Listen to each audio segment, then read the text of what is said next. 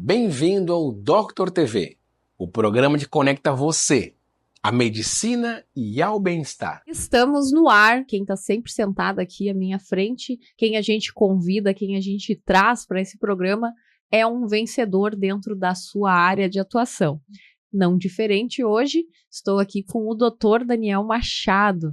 Estávamos conversando aqui nos bastidores e eu já fazendo 1 milhão de perguntas, né? Eu disse, nossa, vou ter que parar de falar, porque senão depois eu não tenho que perguntar no programa, mas ele é uma referência aqui, eu tô bem curiosa, cheio de coisas para perguntar, e eu acredito que vocês também devam ficar conosco aqui para entender um pouco mais sobre essa profissão, que às vezes a gente não sabe o que tem por trás, né, de tudo. Pensa assim que o biomédico só faz aplicação de Botox?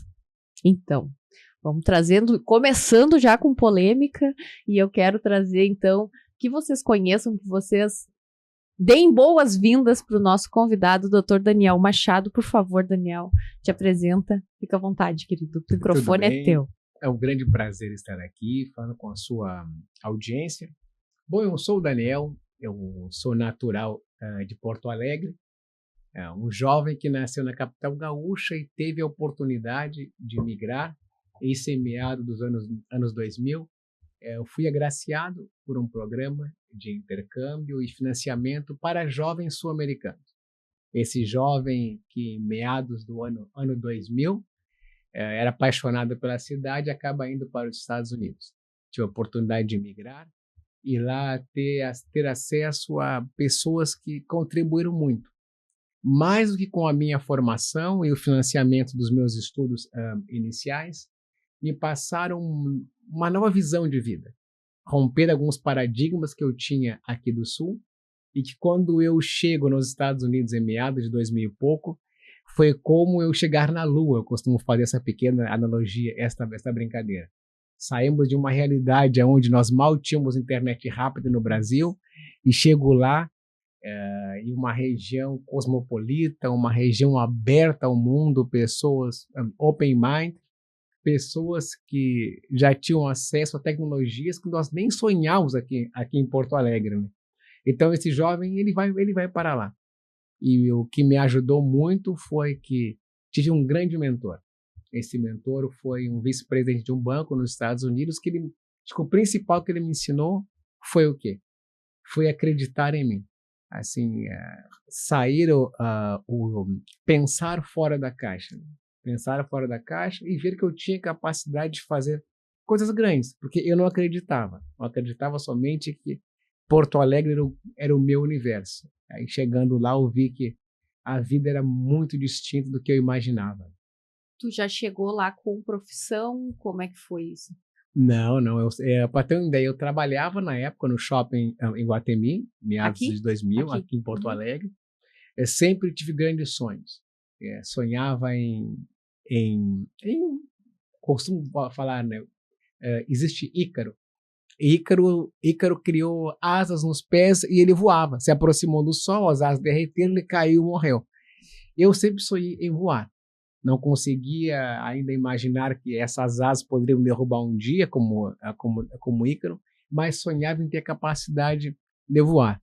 Eu tinha apenas high school, seria o ensino médio, quando chego lá, e tive a oportunidade de ser agraciado. O primeiro programa que eu fiz é totalmente fora da saúde. Eu me formei como paralegal nos Estados Unidos e trabalhava com o quê? Captando investidores. Então fazia a mediação entre a comunidade hispana, um banco privado na época, e convencia essas pessoas a tirar o dinheirinho guardado em casa, que eles ganhavam por hora, e investir neste banco. Então comecei com a comunicação. Comecei convencendo pessoas a quebrar um estereótipo que era guardar o dinheirinho ali escondidinho em casa e colocar no banco, né? E isto foi assim, os primeiros passos que eu dei na minha vida profissional. Tirando aqui no Sul, né? Sim, tu já era vendedor, então Isso. Já puxando o assado para o meu lado, um vendedor, uma pessoa... O que tu vendia no Guatemi? No Guatemi, roupas. Vendia roupas. Uma roupas, pessoa que trabalha, né, na área comercial, ela se adapta a qualquer ambiente. Com né? certeza. Foi para os Estados Unidos e olha a grandiosidade do que tu falou aqui, do que tu nos trouxe. de pessoas que são imigrantes, que Sim. têm medo, que o maior medo de um imigrante, meu avô, né, é imigrante italiano, né, Sim. e veio para o sul. O que o imigrante faz? Segura o dinheiro. Sim. Porque eles têm muito medo, eles têm medo do governo, eles têm medo de perder aquilo que eles estão trabalhando ou que trouxeram, né, como uma segurança. E tu convencia essas pessoas a investirem. Mas tu acreditava, de fato, nesse serviço que tu vendia? Sim, muito. Algo que eu aprendi muito nos Estados Unidos é chamado de win-to-win, que significa o ganha-ganha. Uhum. Dificilmente você vai ver uma empresa ou algum profissional estadunidense trabalhando com uma forma distinta. Essa ideia que se tem às vezes na América do Sul, a ideia do jeitinho chamado BOA, aquela coisa de não, eu vou oferecer um produto ou serviço que eu não sei se funciona bem, eu quero obter o benefício para mim. Uhum. Não. Nos Estados Unidos, a ideia do ganha-ganha é muito presente. Eu estou lhe oferecendo A, eu vou lhe garantir esse A e eu vou obter o benefício desse serviço. Por isso, quando você vai, por exemplo, em alguma loja nos Estados Unidos, Miami, que é cheio de brasileiros, por exemplo, você compra alguma roupa, por exemplo, você prova essa roupa, você não gostou. Vamos a Ross, que está cheio de brasileiros. Você comprou essa roupa, você chega lá e devolve. Não há um questionamento como aqui, por quê, o que você fez, usou, a etiqueta, quantos dias, que você cria várias barreiras. Não, se troca. Porque a ideia é do ganha-ganha, né? De realmente aquela pessoa estar satisfeita com aquilo que comprou. Satisfação total. Né? Hoje eu né, sou da área comercial, como te falei. Hoje a gente vem tentando virar isso, né? Eu não sabia que nos Estados Unidos isso já estava há tanto tempo sendo trabalhado, né? Que aqui no Brasil eu chamo do empurroterapia, né? Que é aquela venda que eles usavam essa expressão, não sei se tu recorda, do vender gelo para esquimó. Eu sou tão bom vendedor que eu vendo já até gelo para esquimó. Sim. Olha a vergonha dessa frase. Eu sinto vergonha nessa frase de pensar assim, tá, mas por que eu tô vendendo um gelo para esquimó se ele não precisa de gelo? Empatia zero, né? Total, de tudo. Realmente tu não tá preocupado em resolver um problema daquele teu cliente. Tu tá preocupado em vender e ter o teu ganho. Sim. É um ganha só, né? É um ganha-ganha pra mim. Não é um ganha-ganha. E uma venda única.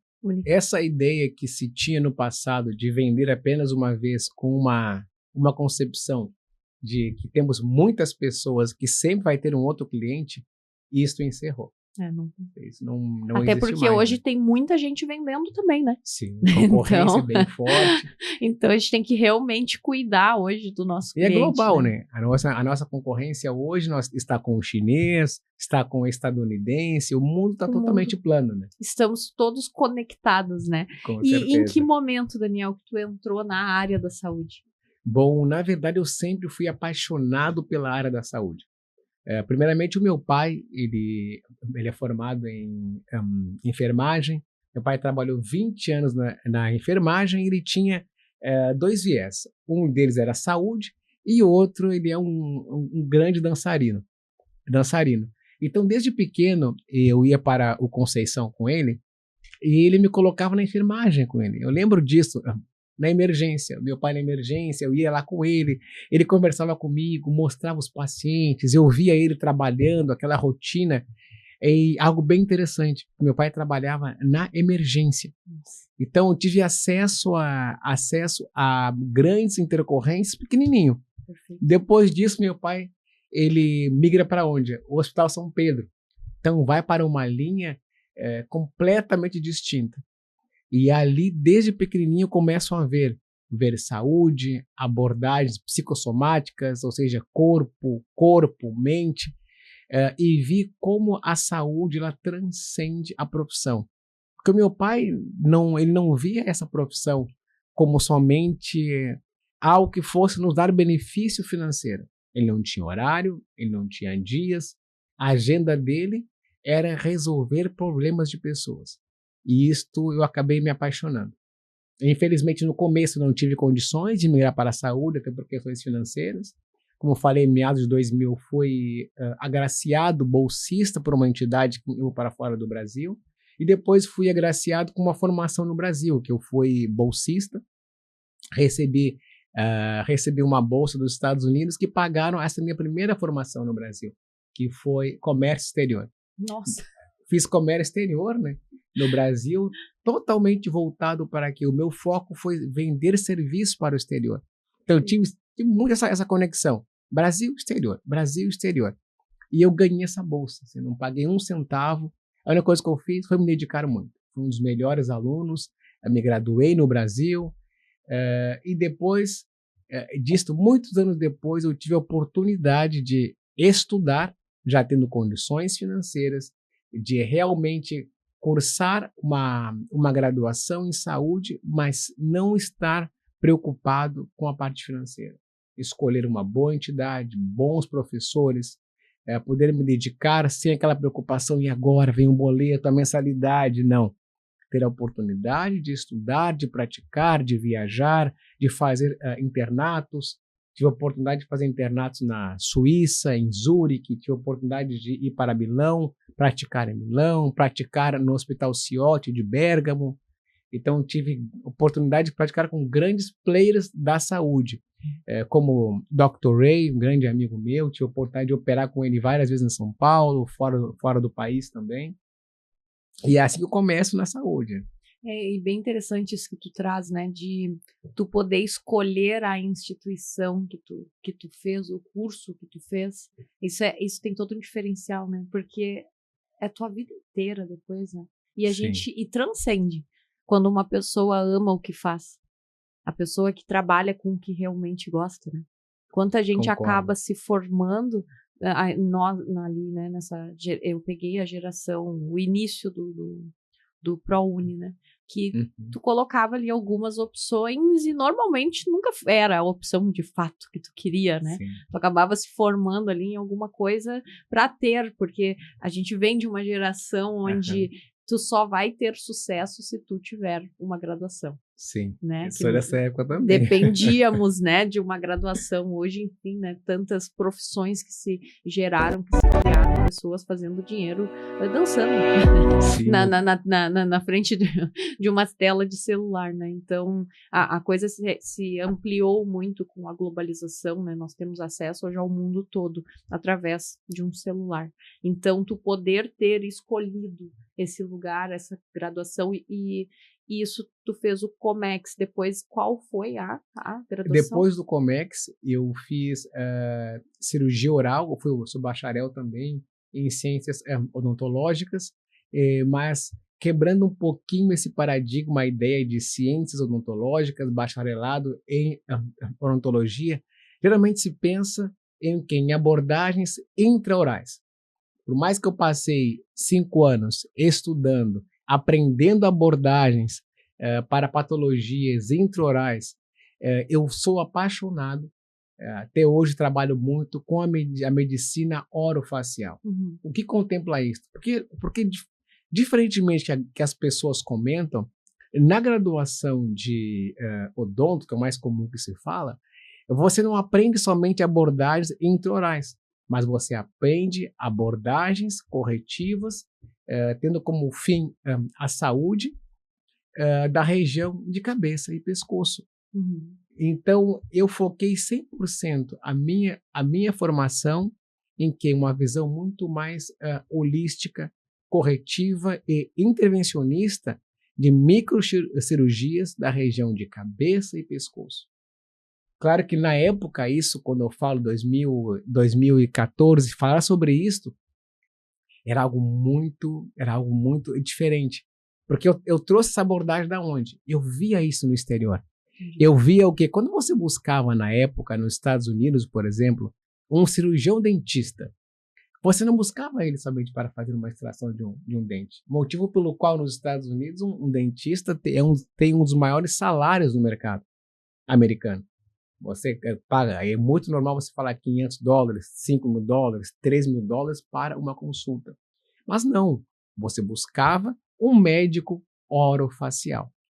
Mas o que isso contempla? Não somente a parte intraoral, mas ele é um profissional que ele tem um domínio muito amplo de patologias crânio-maxilofaciais. Ou seja, ele envolve tanto a parte muscular, a parte funcional, como também a parte corretiva e intraoral. Um grande exemplo, muitas pessoas têm aquela dorzinha nesta região. Que dorzinha é esta? Quem cuida dessa dor? Aqui nós temos uma articulação, chamada a nossa articulação temporomandibular. Essa dor que nós sentimos aqui é uma disfunção dessa articulação. Quem cuida disso? É este profissional.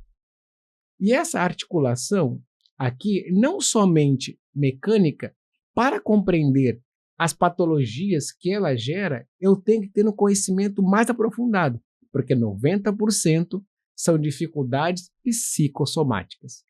Então eu não posso ter um profissional que compreenda de dente somente, que entenda da extração de um dente. Eu preciso de um profissional que ele tenha uma visão holística e compreenda o ser humano como um todo. Um grande exemplo, semana passada, um cirurgião plástico, ele foi acometido de uma patologia muito grave.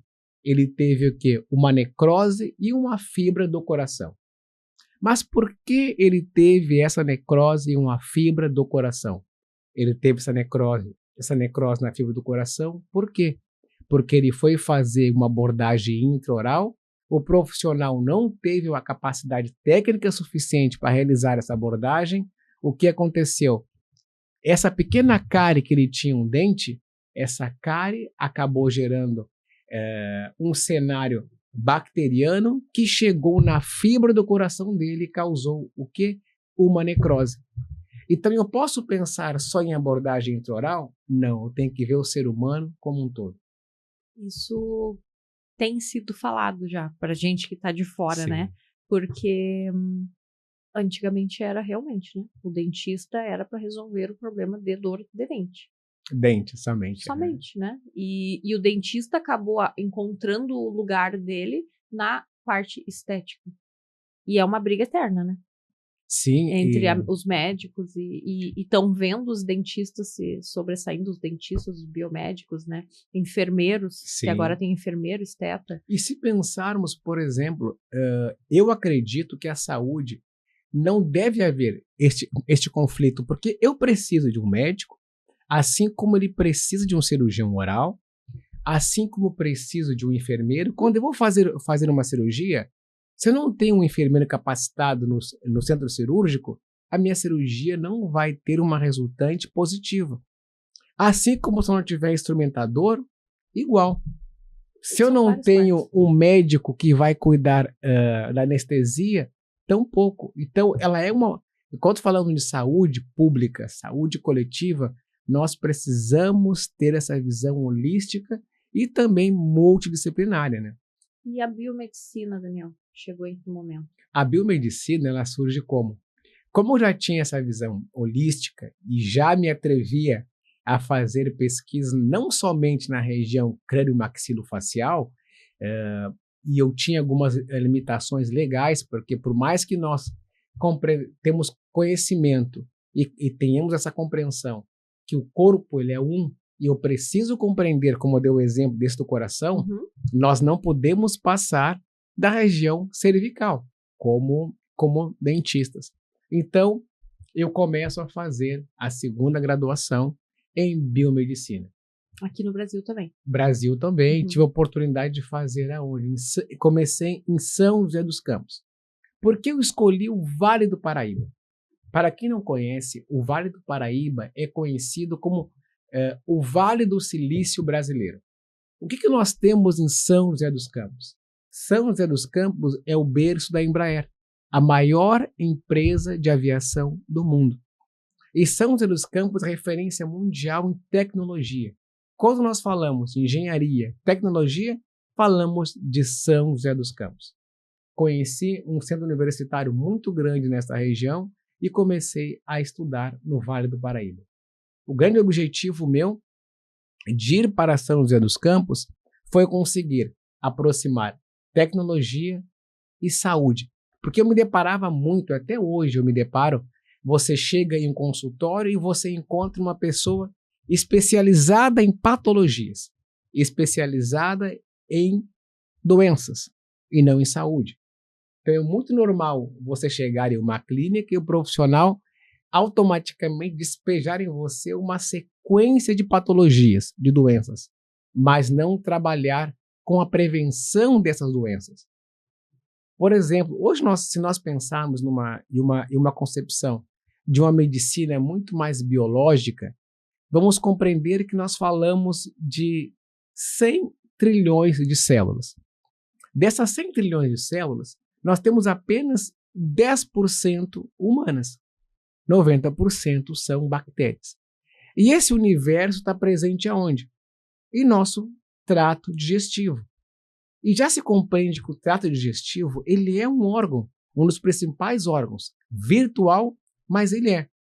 E para que eu possa compreender esse cenário de bactérias, esse cenário patológico e ao mesmo tempo que fomenta a saúde, eu só consigo fazer isso com uma visão integrativa. E eu tinha barreiras nas ciências odontológicas, porque por mais que eu desejasse, eu não podia extravasar as minhas áreas de autorização legal, que era somente a linha cervical. Então eu vou para São José dos Campos e lá eu faço o quê? Lá eu começo a estudar, mas com esse viés. Portanto, que a minha primeira habilitação é em patologia clínica. Isso dentro da biomedicina. Biomedicina. Por isso que quando se fala, eu reluto um pouco em resumir a biomedicina na biomedicina estética. Porque o biomédico, quando ele surge, os primeiros biomédicos surgem nos anos 50, por que ele surge? Ele surge porque havia uma necessidade do Estado de ensinar medicina. Os médicos não queriam ir para a área do ensino e eles faziam o quê? Colocavam na balança. Entre ensinar e uma universidade e clinicar, prefiro clinicar. Aí o Estado cria a profissão biomédico, que era o profissional que iria ensinar medicina nas universidades. Eram grandes catedráticos e cientistas habilitados a ensinar médicos nas universidades. Sensacional. Não conhecia por esse viés. Assim que surgiu a biomedicina, nos anos 50, para ensinar os médicos nas universidades. Sabe qual era a minha visão leiga do biomédico? Era quem analisava os exames clínicos. Também, né? Também. E o que acontece, né? Anos 50 surge esse primeiro cenário, e depois os biomédicos, sim, os biomédicos que trabalham com a linha de patologia clínica, que são os biomédicos que estão no laboratório, eles também trabalham com o quê? Com uma abordagem de investigação. O biomédico, eu costumo dizer, o biomédico faz a conexão como se fosse uma lupa. Ele conecta o laboratório com a clínica. Por exemplo, algo muito prático. A vacina do Covid. Nossa vacina do Covid aqui no Brasil. Qual foi o papel da biomedicina neste cenário?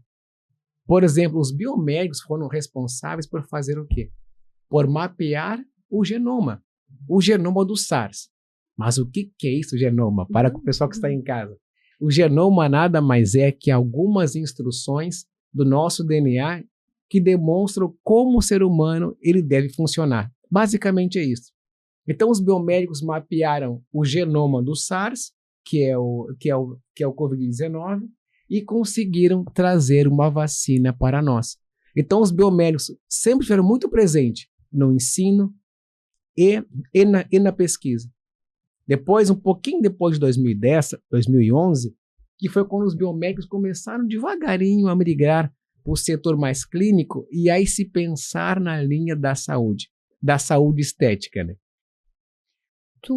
Em que momento que entrou a estética na biomedicina? Porque hoje as pessoas todas da área da beleza já vão lá e se formam em biomedicina. É a primeira. Sim. Tiveram vários momentos, né, que foram grandes lutas, né, aonde o Conselho Federal de Medicina entrou na Justiça, suspendeu várias resoluções do Conselho Federal de Biomedicina. Então, nós falamos de vários momentos. Tiveram várias resoluções que foram autorizadas e depois foram suspensas. Hoje o biomédico ele está autorizado a atuar na parte de saúde estética desde 2019, mas tiveram várias resoluções que foram canceladas, até existir um entendimento de que o biomédico ele poderia trabalhar com a saúde estética. Então hoje o biomédico ele é habilitado a trabalhar com saúde estética? Sim, ele é habilitado, eu sou habilitado também. A grande diferença é que o biomédico não está habilitado a realizar procedimentos invasivos. Quando falamos saúde estética na biomedicina, nós não podemos trabalhar com abordagens invasivas. Por exemplo, vou fazer uma cirurgia de bichectomia, que é para fazer o quê? Retirar as bolas de bichato. Maravilhoso. O biomédico não pode fazer isso. Já o cirurgião orofacial, no meu caso, eu posso fazer isto, porque eu sou habilitado também como cirurgião orofacial. Então, eu posso fazer a retirada das bolas de bichato. Por exemplo, uma outra abordagem, quando nós temos aquela gengiva, que ela marca um pouco mais, ela é um pouco maior, quem pode fazer essa abordagem plástica nas gengivas? Um cirurgião oral. Eu posso realizar também. Como biomédico, posso fazer? Não. Como cirurgião oral, eu posso realizar. Por exemplo, você vai fazer a toxina botulínica, o Botox. Vai fazer a aplicação de Botox, tá? E o que acontece no terço superior da face? Nesse terço superior, dói, não vou mentir, eu sinto dor quando eu aplico o Botox em mim também. O biomédico ele não pode realizar uma sedação consciente com óxido nitroso, que vai gerar um conforto para o paciente. Eu, como cirurgião oral e habilitado como sedacionista, eu posso realizar a sua sedação e lhe dar um conforto. Então, você não vai sentir aquela dorzinha incômoda no terço superior da face. Então, eu consegui agregar, unir duas profissões, uma cirúrgica e outra não cirúrgica e investigativa, para conseguir oferecer soluções em saúde ao meu paciente. Eu não trabalho com soluções em patologia, eu trabalho com a saúde e não com a morte. Eu entendi o que aconteceu. Tu não gosta que te limitem. Quando em uma das áreas tu tinha um limite, não deixa eu fazer, então eu vou fazer isso para poder. Então hoje tu tem total acesso daqui para cima. Sim, hoje o corpo todo, na verdade. Hoje já, por causa da biomedicina. Da biomedicina, né? E a biomedicina, para mim, ela foi uma grande resposta. Porque eu não costumo limitar a biomedicina à saúde estética. É até um pouco desmerecer a profissão do biomédico, reduzir ele a aplicar Botox, por exemplo. O biomédico é responsável pelos maiores exemplos. Tivemos 2 grandes prêmio Nobel que foram biomédicos trabalhando com abordagens que salvaram milhões de pessoas. Quando nós falamos só do Covid-19, falamos de uma crise sanitária que matou milhares de pessoas, se não milhões. E quem conseguiu mapear esse genoma? Biomédicos. E todas as vacinas lá da infância, todas sim, a maior parte vem dos biomédicos. Sim, grande parte das vacinas mundiais os biomédicos trouxeram. E quantas coisas acabaram, né? Doenças que no século passado se falava e hoje várias, né, coisas que nós, quando criança, passávamos e eles resolveram, né? Poliomielite, tanta coisa que são as vacinas que salvam. Eu vou participar de um livro agora. Eu acho que o primeiro profissional que conseguiu trazer a biomedicina para o mercado e mostrar o que era um biomédico foi o Dr. Bactéria, do Fantástico. Acho que todo mundo lembra dele. Eu estou escrevendo um livro com ele e mais alguns médicos, que nós vamos trabalhar com uma prevenção de doenças. Totalmente distinto. Porque a ideia de lidar com a doença é algo muito presente. Portanto, que vários conselhos profissionais não permitem que você fale sobre curas. Você não pode falar em um consultório sobre curas. Mas você pode falar sobre doenças, pode prescrever fármacos, mas você não pode falar sobre cura. E nós vamos trabalhar sobre o quê? Sobre a prevenção das doenças. Será uma abordagem totalmente integrativa, holística, trazer o ser humano como um todo. A prevenção de doenças, com doutor Bactéria e grandes players do mercado. Tu falou ali antes sobre a questão do sedacionista. Isso. E o que diferencia todo cirurgião oral? Ele é sedacionista? Não. Hoje, em todo o Brasil, nós temos somente 3.000 sedacionistas. O que seria isso?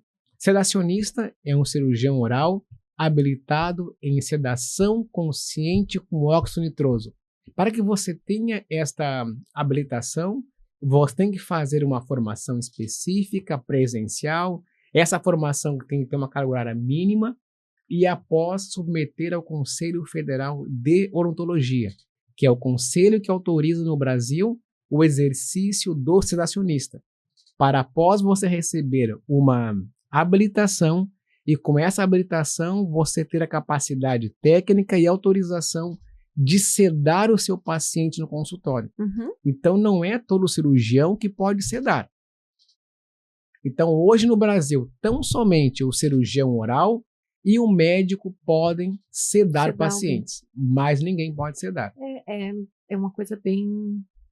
A sensação de ser sedado tem que ter uma confiança, né, muito grande. Sim, né? E, por exemplo, quando você fala em sedação, você não tem como não falar de depressão do sistema nervoso central. Então exige um conhecimento aprofundado, não somente da depressão do sistema nervoso central, mas também de reversão. E algo interessante de se compreender é o que a sedação consciente, você consegue uma reversão imediata. No momento que eu desligo o óxido nitroso, você retorna. E você fica consciente, não é uma sedação inconsciente. Você escuta, você se move, você tem apenas um conforto e você não vai sentir aquela dorzinha como no do Botox, por exemplo. E hoje tu usa esse tipo de sedação para quais procedimentos? Eu ofereço para todos os procedimentos na clínica. Isto eu ofereço para o paciente. O paciente que deseja, não quero sentir dor para o Botox. Quero fazer o Botox sem dor alguma. Nós oferecemos para o paciente a um custo adicional por esse serviço, mas o paciente hoje pode fazer qualquer abordagem sem sentir grau de dor algum. Tu chegou a acompanhar, teve alguma polêmica relacionada às tatuagens? Sim. E que tipo de anestesia eles estavam usando ali, tu sabe? Sei, sim. O que acontece? Outro grande mito é pensar o quê? Que a anestesia tópica não é perigosa. Ali foi uma anestesia, foi uma lidocaína tópica de 40%. Se pensa muitas vezes o quê? Que aquela anestesia que você compra pela internet, lidocaína, ela por estar numa versão de creme, você pensa que não tem infiltração sistêmica. Só que quando eu infiltro uma anestesia, por exemplo, no carpule, no consultório, aquela anestesia, por exemplo, ela é uma lidocaína de 2%. Quando eu estou passando na sua pele aquela anestesia que tem pela internet, que é o que muitos tatuadores utilizam, é uma lidocaína 40%. O que isso significa numa visão muito geral e sistêmica? Eu estou trabalhando com um grau de analgesia e anestésico muito alto. São 40%. Com isto, eu posso ter um grau e vou ter um grau de toxicidade muito grande. Por isso que já não é a primeira vez que uma abordagem clínica de um tatuador, o paciente ele começa a ter uma intercorrência, ele não consegue fazer uma reversão clínica e o paciente é conduzido a óbito. Tiveram alguns casos, alguns né? casos. O outro era o fenol também, né? Que teve algumas intercorrências aí, Mas né, por famosas. que isso acontece? Primeiro, eu estava comentando, quando nós falamos de anestesias, sedação, você tem que ter uma habilitação específica. Eu não posso sair sedando pessoas, eu não posso sair anestesiando pessoas. Como eu comentei, Passar aquele cremezinho na pele, parece que não tem É inofensivo. inofensivo, mas ele está infiltrando no seu corpo. E essa visão um pouco mais geral, sistêmica, ela pode estar intoxicando você. Perfeito. Às vezes a gente não tem essa consciência, pensa que é só algo, só temerei se for algo, um comprimido ou algo Não. injetado, né? Não tem essa consciência e poucas pessoas falando sobre isso, né? E algo que eu sempre comento, nós temos que ter esse costume de exigir a habilitação do profissional. Isso. Se eu busco uma clínica, por exemplo, o fenol em São Paulo. O fenol em São Paulo, ele foi aplicado por uma profissional que não tinha habilitação alguma na saúde. Nem biomedicina, nada, Ela né? não tinha formação nenhuma. Então ela faz o quê? Ela aplica o fenol no rosto de um paciente, o paciente começa a ter uma intercorrência e ela não sabe reverter. E o paciente é conduzido ao óbito. Mas aquela profissional, ela sequer poderia estar atuando em saúde estética, porque ela não era biomédica, não era farmacêutica, ela não era esteticista, ela não tinha formação alguma em saúde. Ela era uma grande aventureira que viu um mercado promissor e começou a fazer o quê? A buscar cobaias. Mas, infelizmente, eu gosto, por viver no Peru esses anos todos, eu gosto muito. Existe um prêmio Nobel peruano, que é o Mário Vargas Llosa, que ele fala do quê? Da sociedade do espetáculo. O único prêmio Nobel na América do Sul. E ele fala o quê? Que a sociedade, ela busca o quê? Ela busca avatares. Então, hoje nós damos muito mais, nós vemos autoridade muito maior em um avatar do Instagram do que um profissional que muitas passou 10, 15, 20 anos pesquisando. Então, aquela pessoa que está fazendo isso no TikTok, ou que ela está no Instagram, que ela é um avatar social, ela tem muito mais poder de penetração no lar de alguém do que uma pessoa que está dentro de um laboratório. Como no caso dessa suposta profissional. Os ídolos, né? São Sim. pessoas que acabam se tornando ídolos, referência. Hoje, se a Sim. Virgínia disser eu aplico Botox, as pessoas vão ter fila na frente da casa dela para aplicar, mesmo Eu ela não acredito, tendo, sim. né?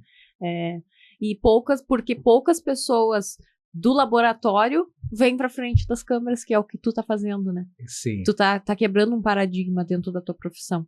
Porque poucas pessoas se expõem dessa forma. Eu e tenho um falam sobre canal, isso. inclusive, um canal no TikTok, e esse canal não tem fim comercial algum. E eu falo nesse canal sobre o quê? Medicina metabólica. Eu falo de medicina metabólica em todos os vídeos. E eu ensino para as pessoas, por exemplo, que hoje nós vivemos um cenário de obesidade mundial. A obesidade é uma das piores patologias da atualidade. Infelizmente, os avatares sociais, eles acabaram criando o quê? Uma ideia de que gordinho mais saudável. Nós não podemos temer em falar que a obesidade ela não é saudável. Não existe essa realidade. Daí eles alegam a questão de exames clínicos, né? Mas aí tu pega uma pessoa, uma obesa, jovem, que os exames, porque os exames são rasos. Os exames que normalmente pedem, né? Pra dizer assim, nossa, meu marido é nutricionista e educador físico, então a gente tem bastante caso, né, de pessoa, não, mas eu tô com sobrepeso, mas eu sou saudável. Como? Com as tuas articulações, quanto tempo tuas articulações vão aguentar carregar Sistema arterial. Hoje, sabe qual é a principal patologia que eu me deparo? Isso eu falo clínica, Peru, São Paulo, Porto Alegre. Resistência insulínica é a nova enfermidade que tem afetado milhares, se não milhões de pessoas. E as pessoas, elas olham isto com uma maneira muito branda. Elas olham a resistência insulínica como se fosse algo normal. Só que, por exemplo, as mulheres com mais de 40 anos, tá? Mulheres que estão com mais de 40 anos e têm a resistência insulínica, elas vão se colocar numa condição de intercorrência extremamente severa, porque elas estão em qual período? Naquele período de fogacho, que é o quê? Os câmbios, as mudanças de temperatura. O que essa realidade ela afeta? Resistência insulínica, estrogênio, fogacho numa mulher com mais de 40 anos. Nós falamos de vários cenários. A gente pode falar cenário arterial, podemos falar de trombos, podemos falar de obesidade na linha abdominal, porque quando eu tenho resistência insulínica, o meu pâncreas, por exemplo, ele vai produzir cada vez mais insulina, e eu vou retendo gordura na região abdominal. Retendo gordura na região abdominal, eu posso, por exemplo, me colocar em um cenário cardíaco. Então não é benéfico. Mas é normal, aquela barriguinha não é positivo. Não é normal. Não é normal aquela barriguinha. Aquela barriguinha pode colocar numa situação de um infarto do miocárdio. Isso muito extremo. Como também tornou-se muito usual várias práticas que, exemplo, mastigar chicletes. Isso eu tenho alguns vídeos falando. Será que mastigar chiclete engorda? Isto faz mal? Mastigar chicletes aumenta a resistência insulínica. Porque o que acontece? Quando eu estou mastigando o chiclete docinho, meu pâncreas pensa, aí vem doce, mais insulina. Nossa. Aí vem doce, mais insulina. Vou criando resistência insulínica e quando eu estou com uma projeção na linha abdominal. Então a pessoa, nossa, eu tô com uma barriguinha. Por que está marcando? Pode ser o seu chiclezinho inofensivo. Nossa, o Clórex vai querer te derrubar quando tu começar. Mas puxando esse assunto aí do sobrepeso, né? E as canetinhas. Bom, que agora é o milagre, né? É o milagre do emagrecimento. Tu resolve a tua vida com canetinhas. Bom, esse é um assunto bem polêmico. Eu acompanho os análogos, primeiramente de ação única e de duplação, desde o começo, desde 2016, quando surgiram os análogos, primeiramente de ação única, que era o hormônio, o GLP-1. Uhum. E o GLP-1, quando nós falamos dos primeiros análogos, ele fazia o quê? Ele ia no teu sistema gástrico e ele fazia o sistema gástrico ter um esvaziamento muito mais lento. Então eu tomava um golinho de café e esse café permanecia no meu sistema gástrico por muito mais horas. Com isto, eu não conseguia comer. Só que aí surgia um outro gap, que era o quê? A minha mente. A minha mente continuava sendo uma mente de gordinho, querendo comer sem parar. Porque o meu hipotálamo falava, Daniel, come, come, come, e não cabia. Por isso que muitas vezes a cirurgia bariátrica ela é positiva e paliativa, porque você emagrece, mas depois você engorda. Cabecinha de gordinho e o sistema gástrico de magro. A evolução em 2016, ela ocorre quando um laboratório americano ele consegue fazer um análogo de duplação, que ele une o GLP-1 com o GIP. Ele une sistema gástrico com esvaziamento muito lento com hipotálamo, saciedade. E surge o que? A tirzepatida. Tirzepatida é um análogo de duplação. O que ele faz basicamente? Ele vai no seu sistema gástrico, faz ele permanecer cheio por muito mais tempo e ele vai lá no seu hipotálamo e deixa você mais tranquilo. Então elimina a ansiedade, elimina aquela compulsão alimentar e com isto você tem o quê? Você tem saciedade e também você tem um sistema gástrico muito mais cheio. Eu vou dar um exemplo. Quando eu conheci esses análogos, em 2016, eu comecei a estudá-los até pouco tempo. 3 meses e meio atrás, eu me submeti a esses análogos de duplação. Eu apliquei em mim. Uhum. Eu estava com 94 quilos, tomando glifage, porque eu infartei 2 vezes. Tive um trombo em uma artéria, tomando glifage, pré-diabético. O que aconteceu com o Daniel de 13 meses atrás para o Daniel da atualidade? Sem falar que eu tinha crise de ansiedade e tinha claustrofobia a graus extremos. O que aconteceu? A minha saciedade, ela reduziu muito e o meu sistema gástrico hoje ele funciona assim, mas de uma maneira muito mais lenta. Eu saí de 94 quilos para 65 quilos. Não somente isso, como eu não utilizo hoje mais glifagem. Não é mais pré-diabético. Não. Por quê? O que acontece? Hoje o meu pâncreas, eu costumo dizer, eu sou amigo do meu pâncreas. Ele produz insulina? Sim. Mas ele produz insulina em um grau que eu realmente necessito. Quando ele vai colocar glicose nas minhas células, ele coloca glicose nas minhas células em um grau energético que eu realmente necessito. Para você ter uma ideia, ontem eu estava comprando roupas, estava em Porto Alegre comprando roupas, eu saí de uma calça 48 para uma calça 38, Nossa. que eu usava quando eu tinha 18 anos. As minhas camisas são todas small. E eu não tenho qualquer grau de ansiedade, aquele pânico por comida, não. Eu consigo comer, eu me alimento normal, mas eu não tenho mais a compulsão alimentar. Mas junto com isto, eu costumo falar que eu preciso compreender 2 pontos importantes. A medicina biológica, que eu estudo a questão celular a fundo, e também metabólica. Então eu preciso da questão energética, celular. Recordando, pâncreas, insulina, glicose, coloca nas minhas células. Agora, voltando para a parte metabólica, energia nessas células. Eu tenho que ter um equilíbrio, porque senão, se eu não tenho energia nas minhas células, eu vou ficar como? Vou ficar muito fraco.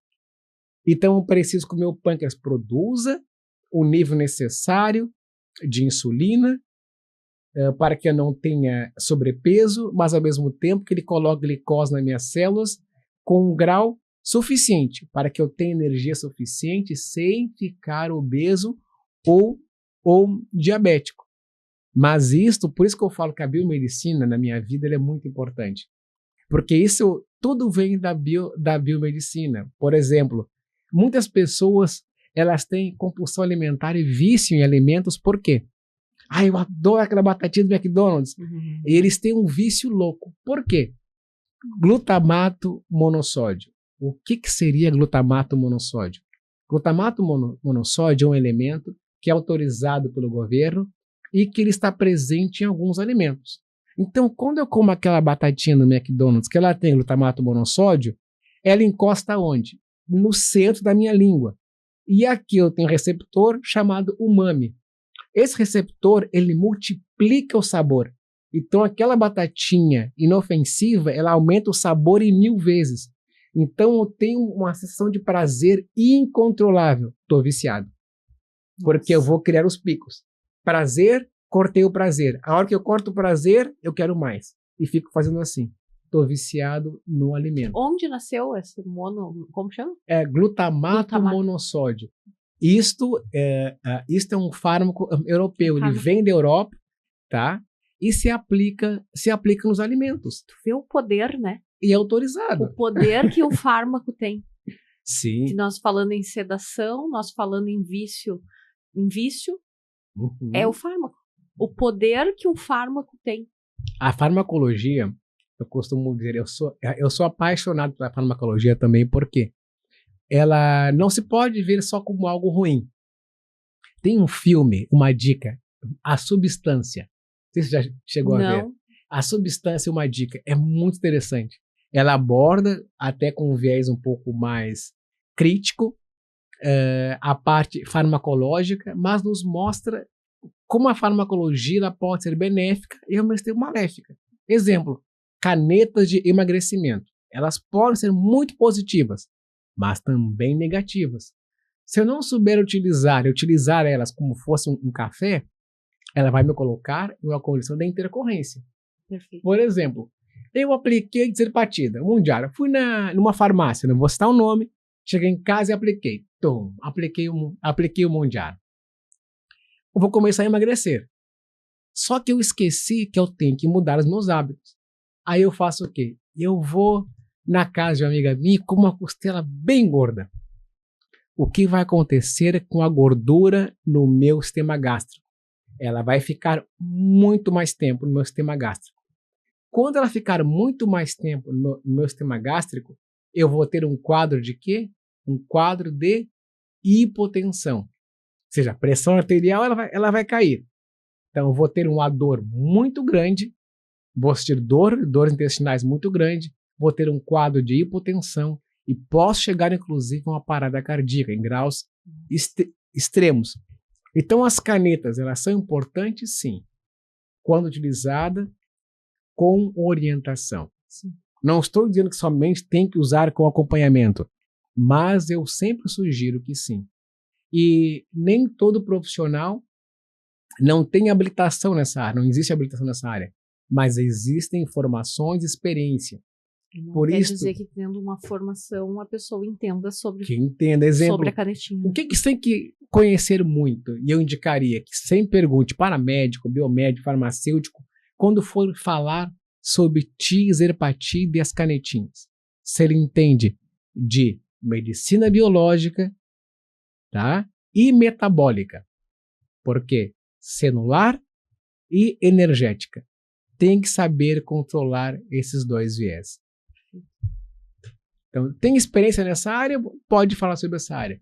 Porque não é outra coisa, não é algo recente. Se estuda isto desde 2016. E hoje tu tens um canal, tu Sim. traz essas informações. Gratuitas. No TikTok está totalmente aberto. Eu posto toda semana dicas sobre medicina metabólica e medicina biológica de maneira gratuita. E lá no Dr. TV, o que hoje tu traz? O que as pessoas podem buscar dentro desse teu outro canal de comunicação? Hoje eu sou comunicador social, atuo em duas emissoras. E como surge o Daniel no Dr. TV? Eu, há muitos anos atrás, eu sou da geração X, conheci um comunicador que era médico, Abraão Vinogron.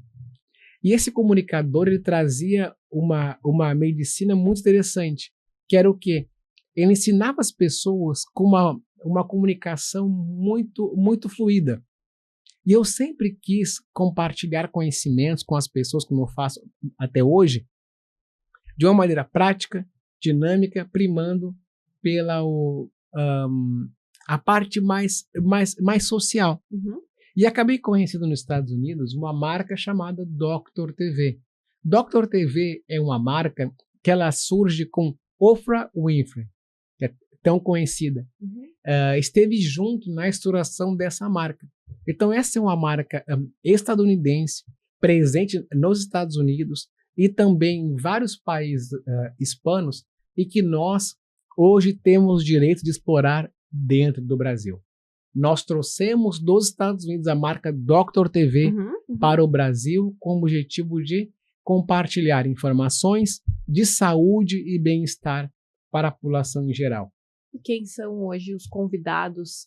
Tu busca quem tu busca para trazer a informação junto contigo, obviamente, e tem muito conhecimento, né? Perfeito. Hoje nós convidamos profissionais da saúde, profissionais que têm, em grande maioria, uma visão muito holística, acreditam em uma medicina preventiva, e não somente isso. Trabalhamos com profissionais da saúde em geral, da saúde pública. No último Dr. TV, nós trouxemos a Josiane Tanato, que trabalha com tanatopraxia.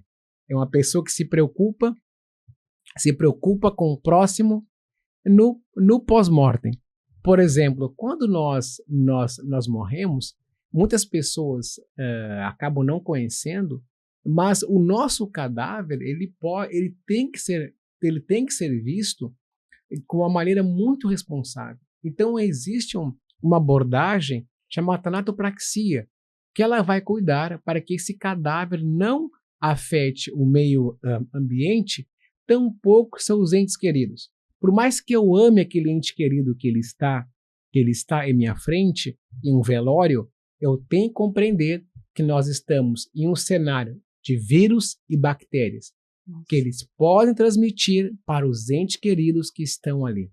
E também, quando nós pensamos em um cemitério, temos que pensar que esse cemitério ele é construído de um solo, e esse solo eu tenho que ser responsável. Josiane Tanato, ela dá cursos desta área de tanatopraxia, como também dá várias dicas na internet como nós darmos seguimento a essa responsabilidade de amar nosso próximo cuidando desse corpo. Perfeito. E os planos para o futuro do Dr. TV aqui e fora do Brasil também? Hoje o Dr. TV ele tem uma penetrabilidade muito grande. Nós estamos com os principais canais de notícia hoje, os maiores portais do Brasil de notícia, nós estamos presentes. Nós gravamos aqui em Porto Alegre, nos estúdios, né, da Claronet, da RS Play, e também gravamos na Avenida Paulista. Uhum. Então são 2 estúdios muito grandes que nós trabalhamos. Hoje nós estamos com o lançamento de um livro, esse livro com grandes players da saúde em São Paulo, daqui a 30 dias. Eu estou indo para São Paulo amanhã, inclusive, permaneço em São Paulo 24 horas por causa do lançamento deste livro. Uhum. Então, o Dr. TV, nesse 1 ano de Brasil, ele tem tido um crescimento muito representativo. Nós trouxemos a marca iniciou na cidade de Porto Alegre e hoje a marca já está presente na Avenida Paulista, com grandes entrevistados, estamos com o lançamento de um livro, estamos nos maiores portais. Para ter uma ideia, um dos nossos portais falamos de 114 milhões de acessos mensais. E é um desafio, né, Daniel? Não estar trazendo entretenimento, né? Porque Sim. TV no Brasil, nós temos a cultura, né, que é somente entretenimento Sim. E não conhecimento, né? E seria tão importante, é um canal que todos têm acesso, né? Hoje os canais ali quais vocês estão? Da Claro? Da Claro, que é o 524 Claronet, e nós estamos na página oficial da Rede TV News. Perfeito. Que esse passa no Brasil inteiro, né? E aproveitar, né, para falar sobre, porque Sim. Hoje nós temos tanta facilidade de disseminar notícias, né? Tanta gente acaba usando isso para um lado ruim. Então, falar sobre saúde, falar sobre prevenção também. Isso agora que tu trouxe da doutora Josiane? Josiane. Da Josiane, né? Olha a grandiosidade da gente entender sobre isso. Realmente são assuntos que não se vê falar na televisão. Acaba que o conhecimento fica entre vocês, né? Que estudaram isso e a importância Sim. De ter esse canal, ter esse acesso. E essas dicas eu dou muitas dicas pela internet, Perfeito. Nesse programa. Essas canetas que nós tocamos também, eu dou muitas dicas sobre ela. As canetas não são iguais. Isso é um alerta, eu vou fazer muito rapidinho. Tem que cuidar porque tizerpatida é um fármaco. Semaglutida é outro fármaco. Cada caneta tem um fármaco completamente distinto. Por exemplo, a Anvisa lançou um alerta, acho que umas 2 semanas atrás, em relação à cegueira. Mas qual caneta pode criar um cenário de cegueira? Não é a tizerpatida, Mounjaro, é a outra canetinha mais antiga, que pode causar cegueira. Mas por quê? Eles não falam o porquê. Tiveram 50 casos de cegueira da outra caneta, Ozempic, mas quais foram os pacientes? Pacientes com diabetes. Mas por que isso aconteceu? E o diabético já tem, né? Tanto E aconteceu pelo emagrecimento muito rápido do diabético, criou uma intercorrência no sistema venoso e arterial da região periorbitária, e aí causou uma intercorrência no nervo óptico. Então não é todo paciente. Então é necessário que se explique de uma maneira suave, como uma conversa amiga, que nem hoje, para que as pessoas compreendam o que podemos fazer, o que não podemos fazer, como Abraão Vinogron fazia lá em meados do ano 2000. Né? É importante demais esse tipo de conversa. Quem não tem esse privilégio que eu estou tendo de dividir uma mesa contigo e até meu Cláudio está ligado aqui, ó. Isso aqui tudo eu vou estudar depois, porque tem muita informação importante aqui.